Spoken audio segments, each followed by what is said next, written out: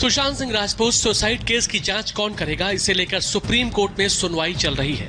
रिया की याचिका पर उसके वकील ने पटना में दर्ज एफआईआर को आधारहीन बताया है। रिया के वकील ने कहा कि उनके क्लाइंट को परेशान किया जा रहा है। वहीं रिया और उसके पिता भाई का मोबाइल ईडी ने जब्त कर लिया है। ईडी रिया और फैमिली के कॉल रिकॉर्ड की जांच करेगी। साथ ही ईडी रिया के फोन से डिलीट हुआ डेटा रिकवर करेगी। आज भी ईडी ने श्रुति मोदी और सिद्धार्थ पिठानी से पूछताछ की। सूत्रों के मुताबिक रिया की बिजनेस मैनेजर श्रुति मोदी ने ईडी से कहा कि सुशांत के सारे फैसले रिया चक्रवर्ती लेती थी। प्रधानमंत्री नरेंद्र मोदी ने आज कोरोना संकट पर 10 राज्यों के मुख्यमंत्रियों के साथ वर्चुअल मीटिंग की। उन्होंने कहा कि टेस्टिंग की संख्या बढ़ाकर हर दिन 7 लाख तक पहुंच चुकी है और लगातार बढ़ भी रही है। इससे संक्रमण को पहचानने और रोकने में मदद मिल रही है। पीएम मोदी ने आगे कहा कि लोगों में विश्वास बढ़ा है और कोरोना का डर भी कम हुआ है। टेस्टिंग की संख्या बढ़कर हर दिन 7 लाख तक पहुंच चुकी है और लगातार बढ़ भी रही है। इससे संक्रमण को पहचानने और रोकने में जो मदद मिल रही है, आज हम उसके परिणाम देख रहे हैं। एक्टिव केसेस का प्रतिशत कम हुआ है। रिकवरी रेट लगातार बढ़ता जा रहा है, सुधरता जा रहा है। तो इसका अर्थ यह है कि हमारे प्रयास कारगर सिद्ध हो रहे हैं। राजस्थान में अशोक गहलोत और सचिन पायलट के बीच पैचअप होने से कांग्रेस सरकार का संकट टल गया है। सचिन पायलट की समस्याओं को सुलझाने के लिए कांग्रेस 3 सदस्यों की एक कमेटी बनाएगी। कांग्रेस आलाकमान के साथ मीटिंग के बाद सचिन पायलट के तेवर नरम पड़े हैं, तो अशोक गहलोत के सुर भी अब बदले हुए हैं। आज गहलोत से जब पूछा गया कि उन्होंने पायलट को निकम्मा कहा था, तो देखिए किस तरह वो सवाल का जवाब टाल गए। सर वापस भी निकम्मे सारे विधायक आप मानते निकम्मे, आज भी वो आपने कहा था निकम्मा है, आपने शब्द इस्तेमाल किया था। अब वापस आएंगे तो काम कैसे करेंगे साथ में? और इसके अलावा बीजेपी को जो मुंह की खानी पड़ी है, मेरे ख्याल से देश के अंदर राजस्थान की जनता ने एकजुटता दिखाई, प्रदेशवासियों ने। ये असली जीत प्रदेशवासियों की है। वहीं प्रियंका गांधी के दखल के बाद सचिन पायलट मान तो गए हैं, लेकिन आज उन्होंने निकम्मा और नकारा कहे जाने को लेकर गहलोत को जवाब दिया। सचिन पायलट ने कहा कि जिस तरह से गहलोत ने उन्हें निकम्मा कहा, उसका उन्हें दुख है। पायलट ने कहा कि उनके संस्कार ऐसे शब्दों की इजाजत नहीं देते और सार्वजनिक जीवन में भाषा की लक्ष्मण रेखा होनी चाहिए।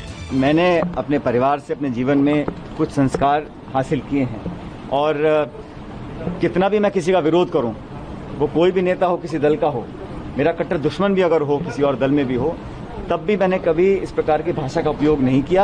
अशोक गहलोत जी मुझसे उम्र में काफ़ी बड़े हैं और व्यक्तिगत रूप से मैंने हमेशा उनका मान सम्मान ही किया है, लेकिन अगर वर्किंग में, काम करने के तरीके में, गवर्नेंस में अगर मुझे कोई इशू दिखता है तो मेरा अधिकार है कि मैं उसमें अपना विरोध जाहिर करूं।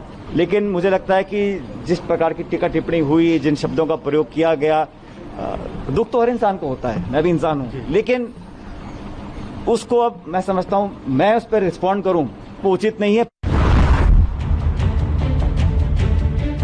बुलंदशहर में अमेरिका में पढ़ाई कर रही 12वीं में जिले की टॉपर रही सुदीक्षा भाटी की दर्दनाक मौत हो गई है। घरवालों का आरोप है कि चाचा के साथ बाइक से मामा के घर जा रही सुदीक्षा के साथ बुलेट सवार कुछ मनचले छेड़खानी कर रहे थे, सड़क पर स्टंट कर रहे थे, जिसकी वजह से सुदीक्षा के चाचा की बाइक का बैलेंस बिगड़ा और बुलेट से टक्कर हो गई।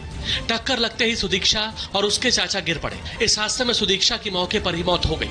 सुदीक्षा को 3 करोड़ 80 लाख की स्कॉलरशिप मिली थी और वो अमेरिका में पढ़ाई कर रही थी। कोरोना की वजह से वो इंडिया वापस आई थी। 20 तारीख को ही उसे अमेरिका लौटना था, लेकिन इस दौरान उसकी दुखद मौत हो गई।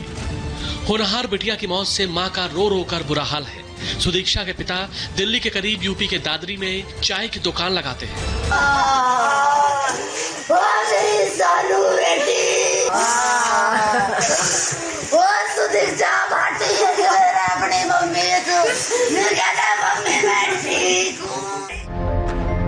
अमेरिका में पढ़ाई कर रही सुदीक्षा से माँ बाप को बड़ी उम्मीदें थी।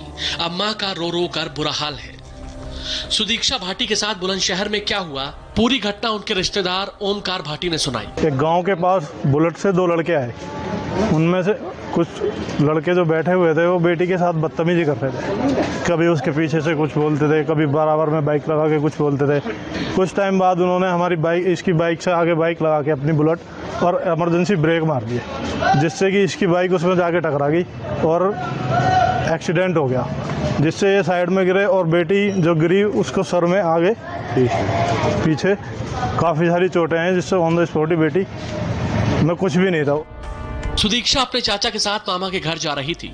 चाचा सत्येंद्र भाटी से सुनिए बुलेट सवार मंचलों ने राह चलते किस कदर उन्हें परेशान किया कि उनकी बाइक का बैलेंस बिगड़ा और सुदीक्षा की दर्दनाक मौत हो गई। बुलेट थी तो बुलेट ने कई बार हमको ओवरटेक करा, फिर ऐसे घुमाया इधर उधर को घुमाया। हमने और धीमी कर ली, स्टड से मारने लगा। वो स्टड मारने के बाद में हमने धीमी करी अपनी बाइक, फिर भी उसने और आगे से जाकर फिर एकदम हमारे आगे एकदम ब्रेक मार दिया। ब्रेक मारने के बाद में भी हमारी बाइक एकदम कंट्रोल पे हो, उसमें ज़्यादा सीधी टक्कर लगी। सीधी टक्कर लगते ही मैं ऐसे ही गिर गया हूँ और मेरी भतीजी पीछे गिरी उस सर्स के उससे, और मैं पहचान नहीं पाया। ऐसा बेटी की मौत से सुदीक्षा के पिता पर दुख का पहाड़ टूट पड़ा है। सपना टूट गया। वो इसे बेटी की हत्या मानते हैं, लेकिन पुलिस का बयान परिवार के आरोपों से उलट आया है।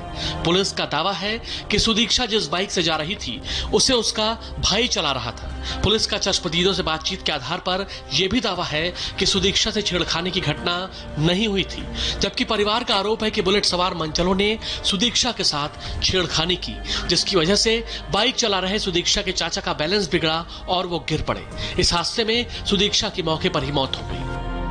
सुदीक्षा नाम की एक लड़की जो अपने भाई के साथ अपने मामा के घर जा रही थी, वहाँ पर एक्सीडेंट हुआ है। जब साथ में चलने वाले भाई से और स्थानीय लोगों से जो प्रत्यक्षदर्शी थे उन्होंने पूछताछ की गई, तो उन्होंने ये बताया कि सामने से एक बुलेट मोटरसाइकिल जा रही थी। ट्रैफिक के कारण बुलेट मोटरसाइकिल ने अचानक ब्रेक लिया।